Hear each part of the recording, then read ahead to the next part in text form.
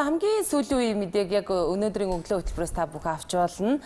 За зүүд бол цорын ганц бодит зүйл гэсэн энэ ном дөнгөж өчигдөр хэвлэлтээс гараад за энэ хүн номын орчуулагч Баясгалан манай студид төрөлцөөр идэв. Танд өнөөдрийн мэдээг хүргэе. Би орчуулагч нь биш. Эрхлэн гаргагч нь тий. За ингээд энэ номны талаар эхлээд ярив. Ягаад гэвэл манай өнөөдрийн сэдэв болохоор нөгөө зүүд аахгүй юу. Тэгээд яг энэ номны юу айгу сонирхолтой санагдаад. За энэ намын өмнөтгөлд болохоор Федерико Феллини гэж Италийн алдартай кино найруулагч, Италийн төдийгөө дэлхийн одоо кино урлагт маш том нөлөө үзүүлсэн алдартай кино найруулагч байгаа. Энэ хүний одоо намтар амьдралын тухай номын багын. Тэгээд энэ намын өмнөтгөлд зохиолч нь хэлсэн байлээ. Тэр бол Федерико Феллини бол одоо зүүд намтраасаа давсан тийм баялаг гайхамшигтай уран бүтээлчээ. Тэгээд тэр олон гайхамшигтай зүүдүүдээ Феллини кинод болгож бидэнд үлдээсэн юутай их завшаан ба гэж хэлсэн байна лээ. Тэгээд өөрөөр хэлбэл энэ хүн зүүд гэдэг зүйлийг одоо маш их бодтой одоо амьдралын салшгүй нэг хэсэг тий хүний оюун санааны бас гайхамшигтай үзэгдэл гэж үздэг. Тэгээд зүүдэндээ үзсэн харснаа кинонд дэлгэцэн мөнгөлсөн маш их байдаг.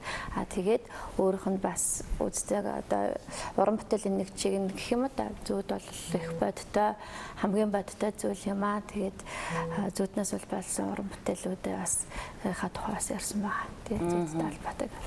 За энэ ном за ер нь бол Takta Publishing манай үзэгчид бас мэдж байгаа х тий. Би бол пэйж хуудсанд болон Takta Publishing-ийн хэвлэн гаргасан номнуудыг бүгдийг худалдаж авахыг маш их эрмэлздэг, оролддог. Тэгээ энэ ном дөнгөж өчигдөр гарсан. За одоо энэ номыг сонирхогчид хаанаас энийг худалдаж авч болохоор вэ? Номын дэлгүүрүүдэд хүрэгдсэн үү? За намын дэлгүүрүүдэд хүрэгдсэн байгаа. Одоо бүх намын дэлгүүрүүдээс худалдаж авч болно. Орон нутгийн уншигчд манай одоо мөнхийн үсэг компани бас аз сур дэлгүүрээр орон нутгийн хэрэглэгчдэд бас хүргэдэг юм байна лээ. Тэгээ мөнхийн үсэг компанитай холбогдоод захиалгыг бас хүргэх бах тий. За тэгээд үзэгчд маань бас өнөөдрийн нөгөө сэдв бол зүүд байсан л да бид хэдий одоо өнөөдржингөө ярьж байгаад бол тэгээ нөгөө хөтлөгч маань өөрсдийнхөө зүүдийг яриад эхэлсэн манай өглөө хөтөлбөр. Тэгээд одоо энд одоо ер нь зүүд яг бодит болдог уран бүтээлийн аж тусгагдсан талаар бас та бүхэн гайхалтай энэ түүхийг бас зүүд бол цорын ганц бодит зүйлээ гэдэг энэ номноос уншиж болох нэ. За Takta Publishing-аар өөр энэс өөр сонир сайхан юу байна? Takta Publishing энэ жил их олон сониндоо байгаа. Бид нар кино урлаг сонирхдаг залуучууд, телевизийн урлаг сонирхох залуучууд маш их байдаг. Одоо манад бас нэг өмнөх жилүүдийг бодвол киноны сэргэлтийн үе явж шүү дээ. Тэгээд тэр дундаа бас R5-аас арай жоохон шигшмэл сонгодог төрлийн киноноо сонирхдаг залуучууд маш их байдаг. Тэгээд эдгээр залуучуудтай зориулаад тэр нь кино урлагийн цуврал гаргаж байгаа юм. Тэгээд тэрний анхныхаа нэр Федерико Феллини гэж алдартай найруулагчийн цуврал байгаа юм. Тэгээд дараагийнх нь болохоор одоо бид нар 10-11 сард гэдэг нэг сараар танилцуулаад явна. Дараагийнх нь одоо энэ Оросын алдартай найруулагч Андрей Тарковскийн хугацаанд доторх хугацаа гэдэг юм ном. Энэ нь болохоор энэ Тарковскийн 1970-аас 1986 оны хооронд бичсэн өдрийн тэмдэглэлүүд тэгээд дээрэс нь ярилцлагууд нь орсон байгаа.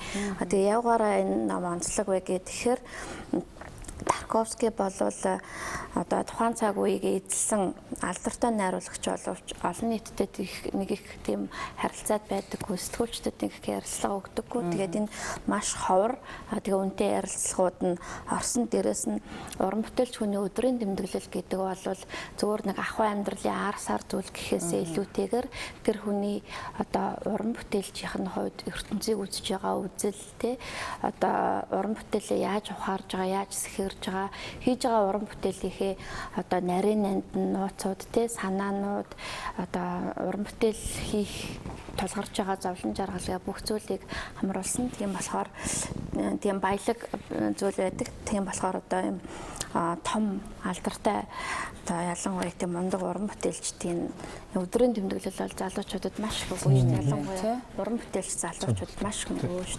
Дараагийн ном маань болохоор нөгөө нэг кино урлагийн цоврал гэж байгаа.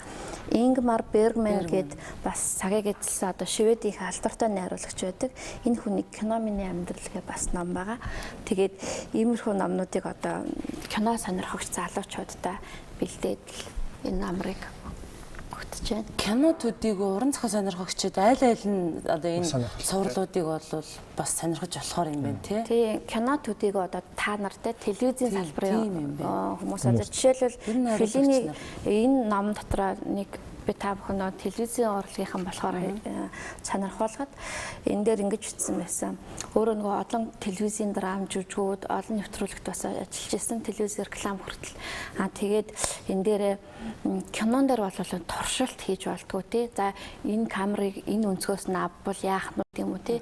Нэг л зүйл нэг л давтагддаг. Харин телевизэд өдөр болго одоо өглөө хөтөлбөрийг өдөр болго хийж байгаа учраас нэг шин санаанууд гаргаж ирээд одоо амжилттай болтол нь туршаад байх боломжтой. Тэгээд туршилтаа амжилттай болсондоо за энийг тэгвэл кинонд ашиглаж гэдэг юм уу тий. Туршилт их боломжтой. Телевиз бол маш том лаборатори гэж хэлсэн байдаг. Тэгээд телевизийн урлагт хүчин зүтгэж байгаа хүмүүс маань одоо нэг гой санаа олцоод ингээд туршаад агаад тий амжилттай болгонгууд нь за энийг одоо өөр уран бүтээлд кинонд ч юм уу эсвэл театрын тайзан дээр ашиглаж болох юм байна гэдэг ч юм уу тий. Их мэтчлэнгээр уран бүтээлчтэй үнэтэй зөвлөгөөнүүд байгаа. Кино сонирхогчдын дунд бас асар их хүлээлт үүсгэсэн байсан ном. Урчууд гарсан байна. Тэгээд яг зарим хүмүүс мэдэхгүй байж магадгүй. Тэгээд Федерико Феллини гэж юу нь яг ямар хүн юм бэ гэдэг. Оскарын 4 удаагийн шилдэг гадаад хэл дээрх киноны шагналыг авсан. Сүүлдээ Оскарын хүндэт шагналыг хүртэл авч ирсэн.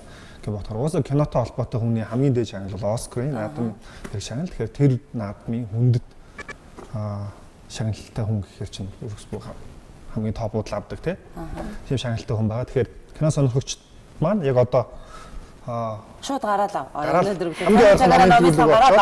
аваад ширээнийхээ номыг солих боломжтой болсон байна. За, ийм нэг асуултыг би бүр баясгалан орж байгаа. За, асууя гэж би бодоод исэн. Тэр нь data publishing-ийн сонголтыг хийж байна. Жишээ нь Орхон Памук, Кафка тий одоо тэгэнгүүтээ Мураками гэл дандаа нэг ийм нэг энэ төрлийн зохиолчдыг ингээд сонгож аваад байгаа. Тэгээ та нарын гол зорилго одоо яг юу вэ? Яагаад энэ зохиолчдыг сонгож аваад байгаа? Хамгийн сүүлд яруу найрагч Үлзий төгсийн ярилцлагыг би бас уншижсэн. Тэрэн дээр бол та нарыг ихэд тоож бүр битсэн байсан тий. Бүр ялангуяа баясгалан гэж байгаа л тий сүний одоо сонгож авч байгаа энэ зохиолууд болвол одоо сүүлийн үеийн уран зохиолдоос хүчтэй төрж орж ирж байгаа гэсэн. Тэгэхээр би хэн сонголт хийгээд байна? Ямар шалгуураар сонголт хийгээд байна? Яаж хийгээд байна гэдгийг бол асуухыг хүсэж байна. Бид нар яг Data Publishing-ийн хамгийн барьдаг гол бодлого бол одоо нэг бестселлер гэж ярьдэн шүү дээ тий. Арилжааны зохиол хөөгөөд алга болчихгүй. Заавал нэг ашиг олоод мөнгө хураахтай гол нь биш. Гол нь хүн төрөлхтний хамгийн сод шигшмэл тий сонгодог тий. Тийм мэдээлэл контентуудыг залуучуудтай илүү түгээх юмсан, хүртээх юмсан гэж хүсдэг. Тэгэхээр бидний гол зорилго угаасаа нэг компанид маань үүсгэн байгуулсан хараалагдж байгаа хүмүүс маань орчуулагчид маань бүгдээрээ ерөнхийдөө тийм таашаалын хувьд гэх юм уу те уран зохиолын таашаалын хувьд бас нэлийн гүнзгий уншигчид, гүнзгий таашаалтай уран бүтээлчд байгаа. Тийм болохоор юу юуг одоо нэг арилжааны зохиол өөрөөсөө орчуулад байх сонирхолтой хөөгд явах тийм бас нэг юу гэдэг совист гэдэг чинь нэг байх тий. Тэгээд ерөөхдөө хар аяндаа зөнгөөрөө өөртөө таалагдж байгаагаа орчуулж байгаа нь л харин хайтайхан сонголтууд болоод байгаа шиг байна тий. За тийм тэгж сонголтуудыг хийж байна тий. Data Publishing яг хичнээн орчуулагчид, зохиолчид хариулагдаж байна. За олондоо тэгээд манай өнөөдөр би намын навчирлаа тэгш заяа маань одоо Кафкагийн хувирал тэргүүтээ зөвлөгөө за одоо түрүүний өмнө танилцуулсан Бергман гэдэг юм уу одоо бас гарч байгаа Милан Кундерагийн оршихуун байран үйл төвч хөнгөн чанарч гэдэг юм тийм алдартай романуудыг орчуулж байгаа. За тэгээд энэ намын манай Ганбатын лавгд улам гэж мундаг яруу найрагч орчуулагч өсгөө би за орчуулсан. Тэгээд лавгд улам маань за тэгээд та бүхэн мэдэх байх Хятадын яруу найраг антолог бас гаргасан. Энэ жил бас Алтан өөдийн шагналыг орчуулагчийн төрөлд авсан Нацаг доржийн их хоёр гээд залуу байгаа. Тэгээд миний би гих мэтчлэнгийн олон хүн байгаа да. За энэ Орхон Памукийн цаас рамныг уншаад би нэг яг Туркэд нэг удаагүй маа зүр дамжин өнгөрчихсэн. Тэгээд яг тэр хэсгийг бүр хайж олмоор санагдаад. Тэг би олоогүй л дээ. Ягаад гэвэл надад хүтэж энэ төр байгаагүй. Тэг яг энэ нөгөө Туркийн юм дээр гардаг шиг. Гэх мэтч нөгөө хүмүүст одоо ингээд амар нөгөө хүрсэн ийм зохиолуудыг авч байгаад айгу баярлдаг. Тэгээ гол нь манад ч одоо 80-аад оны ч гэдэг юм уу нөгөө одоо хуучин анхны хэвлэмэл материалууд гэдэг юм уу те эдитинг нэгүүд нь ч гэдэг юм уу айгу сайн орчуулгатай дэлхийн уран зохиолын номнуудад ялангуяа Орос талын нэлээд номнууд хүрдэг байсан. За 90-ад онд 2000 оны хүртэл орчуулгын ном бол би тийм сайн байсан гэж хэлэхгүй. За тэгээд одооноос бол та нарын орчуулга бол үнэхээр одоо захиур хагалж гарч ирж байгаа. Дээрээс нь одоо Японы ч гэдэг юм уу барууны гэдэг юм уу энэ төрлийн бидний таньж мдээгүй тэр одоо алдартай зохиолчдын бүтээлүүдийг ингээ хүргээд агаад айгу олзур хуштай байдаг. За Муракамиг нэлээд пэйждээ онцлоод ах шиг байдیں۔ Манай нөгөө тэгшээ маань Муракамигийн гал халуун пен тэр үнийг хийж байгаа хэл тэр ажиллаа. Тэгвэл маш их идэвхтэй байна гэж би хэлмээр байгаа. Яа тэгвэл эдний нөгөө пэйж хуудсанд нэгтсэн байдаг. Тэгэл яг Муракамигийн богино өгүүлэлгүүд, намтрууд тэгээ тэрнээс ясна маш их зүйлүүд ордог. Тэгээд тийм төрдөг тахгүй. Тэгээд бас орчуулганаас нэлээд таалагддаг. За тийм. За ер нь бол хувь хүнийхээ хувьд зүүдийг ер нь юу гэж боддог вэ? За би бол маш детектив аим шиг зүйдтэй хүн. Тийм үү? Жишээлбэл тэгээ бас нэлээд зөнтөө зүйдтэй. Тэгээд ер нь зүүдэндээ үдсэн харсан юм аа. Одоо өглөөс ирээл очирдог ч юм уу. Хамгийн жишээ нь би нэг оюутан байхдаа нөгөө нэг аялын цагийн нэвтрүүлэгч Бадам сан байгаа шүү дээ. Тэр үнийг амар зөөдлсөн байхгүй юу? Зөөдлөл Бадам сан байгаа зөөдлж байгаа л өглөө хичээлдээ яарал Google гараад ирсэн чинь орцны үүднээр зогссон. Гэх мэтчлэнгээр урчин зүүдсэн юм. Тэтгэвтэй зүү тэгээ бид дөрөв дунд нөгөө зүүдээ ярьсан чинь нэг тиймэрхүү зүүдтэй хүн баг байгаагүй тий. Тийм үү? Тий. Тэгэхээр ямар шүү тэтгэвтэй зүүд чинь тэгээ бас амьдрал дээр биелэн зөнтэй байна гэхээр бас амар тийм юу адал явдалтай амьдралтай хүн болж таарах гэдэг юм л та. Үгүй детектив гэдэг нь жаа одоо 3 хоногийн өмнө би бас хүн болгонд яриад байсан. Би нөгөө хүн амны хэрэгээр шоронд орчлоо гэж зөөдлээд.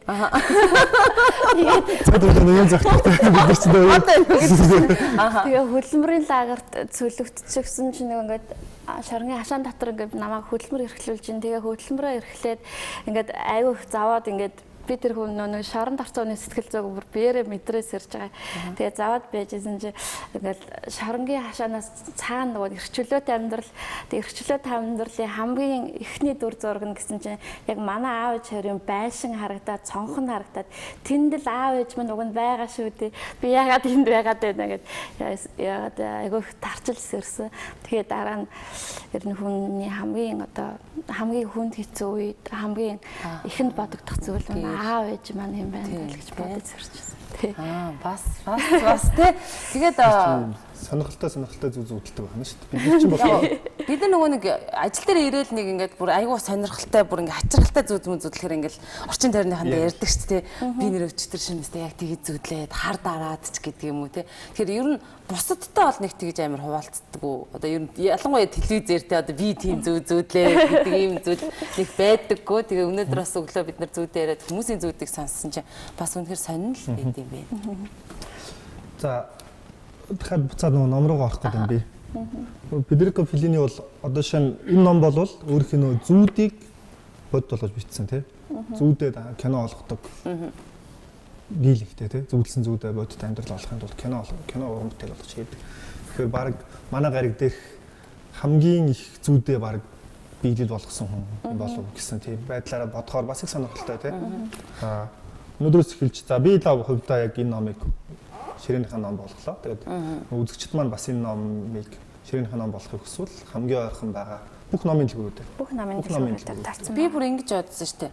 Өнөөдөр зүүдийн тухай ярина, зүүд тэгээд түрүү бид нэг зүүдний тэмдэглэл энэ төргээ ярьжсэн байхгүй. Тэгсэн чинь жоох эрт тосаад зүүдэд тэмдэглэж ивэл бас сони юм уу те. Ингээд тэр бас нэг юу төрөгч юм уу. Яа тэгэхээр нөгөө түрүү бас тамираа хэлсэн байхгүй. Нөгөө ийм зүүдэлчингүүтээ дараа нь тэрнээсээ нэг өөр юм олж хардаг гэд тэгээ бас би бодож байсан. Тэгэхээр зохиолч хүмүүс бас зүүдэндээ их тийм харам тий зүүдэрээ их юм баяжуулж боддог. Нөгөө зүүд дагнаж өчтөг зохиолчтоос байдаг. зүүдчин гэж ярьдаг шүү дээ. Зүүдэд дагнаж өгдөг. Манайдас одоо та бүхэн таних бол зохиолч Намин Жимэд нийтлэлч Намин Жимэд ах зүүдчин гэ блогта зөвхөн зүүдээ бичдэг. Тэгээд тэр хүний блогийг уншихаар ингээд зүүдний ертөнцөөр маш агуу баялаг ертөнцөөр аялна. Тэгээд өнөөдөр бас намайх эндээсэн бол та бүхэнд зүүдний тухай асар хэмээрч өгөх байсан байна. Харин тийм тий ядаж өөрийнхөө зүүдийг хүмүүстэй хуваалцдаг хүн чинь эфирээр бас ч гоё юу яа штэ. За тэгээд сонирхолтой гэдэг утгаараа маа хөтлөх соолоод ч гэсэн бас юм боломж байна тий. Тий. Зүүдчин. Соолоо ярилцаа салахгүй байсан баг. Юм боломж өндөр байдаг. За ингээд бидний урилгыг хүлээж авч бас өглөө эртлэн босоод манай студид хүрэлцэн ирсэнд маш их баярлалаа. Тэгээд яг үзэгчтэй хандаад Такта паблишингийн зүгээс юу гэж хэлмээр байна. За тэгээд манай намын нээлт одоо энэ хагасаа өдөр болох гэж байгаа. Тэгээд намын нээлтийнхээ бид нар бас цаг тухайд нь хуваалцсан. Тэгээд намын нээлтэнд нь хүрэлцэн ирээрээ. Тэгээд бид нар бас номуудыг аль болох хөдөө орон нутгаар ер нь түгэж явах хэрэгтэй юм байна. Номын мэдээллүүдийг хөдөө орон нутгийн залуучуудтай бас тэмцээ хүргэж явах хэрэгтэй юм байна гэдгийг би энэ зам бас хөдөө орон нутгаар яваад нэлээд мэдэрсэн. Тэгээд хөдөө орон нутгийн залуучууд манай сонирхож байвал шууд холбогдоорой гэж бас хэлмээр байна. Номын нээлт хаана вэ? За би нөгөө Итали ресторанынхаа нэрийг хэлэхээр хэл аврах гэдэг. Хүүхдийн зуугийн 2 давхарт хүүхдийн зууд Наран моолын 2 давхарт Милано за ямар хэлээ заявсан Милано гэдэг. Милано вэ? Пэйж хуудсан дээр бол мэдээд гарчин тий. Мэдээд нэг гарчин. Тэгээд бид нар энэ намынхаа нээлтийг Алтай айлс гээд арт хаус киноны холбоотой хамтарч хийж байгаа. Тэгээд 10-нд буюу одоо энэ Бямбгарагт Алтай айлс салбаа маань энэ эхлэлгүүрийн 5 давхар шинээр Ай Cinema гэдэг нэгдсэн шүү дээ. Кино театр. Тэр кино театрт нь Феллинигийн 8 хагас гэж хамгийн алдартай киног нь гаргана. Тэгээд залуучууд маань 18 цагт 8 хагас кинон дээр Феллинигийн киног үзээд тэгээд үргэлжлүүлээд 20 цагт хүүхдийн зуугийн Наран моолд одоо тэр Итали ресторан. Оох за бүр амьсгалхан тий. Нэг амьсгалчаад уншвал бас зүгээр юм байна. Киног нь үзээд дараа нь энэ намтарт түүхтэй. Номны нээлтэнд одоо жишээ нь киноны одоо том төлөөллүүд, кино урлагийн төлөөллүүд ирэх үү? Одоо манай нэртэй найруулагч. Тийм тэгээд киноны урлагийн төлөөлөгчид, залуучууд маань ер нь тэгээд номон дээрээд номыг хямдралтай үнээр худалдаж авах. За тэгээд бас азтан болох энэ төр олон боломж байгаа. Тэгээд нэг өдрийг одоо киноны би бас нэг зүйлийг хэлэх. Одоо ингээд шинэ ном гарах, ялангуяа худалдаж авсан ном болгон дээр ингээд би хардаг л та. Ер нь ингээд нэг зөндөө олон зүйлийг ивент итгэвтэй кино гэхээр нэг компани ивент итгэж юм гээд маа нөгөө ном дээр ивент итгэдэг ер нь аж ахуйн байгууллагын ховор арга байхгүй гэж хэлэхэд болно те. Яг би бас сая энэ номыг барайл ингээд хариулаа харж байлаа.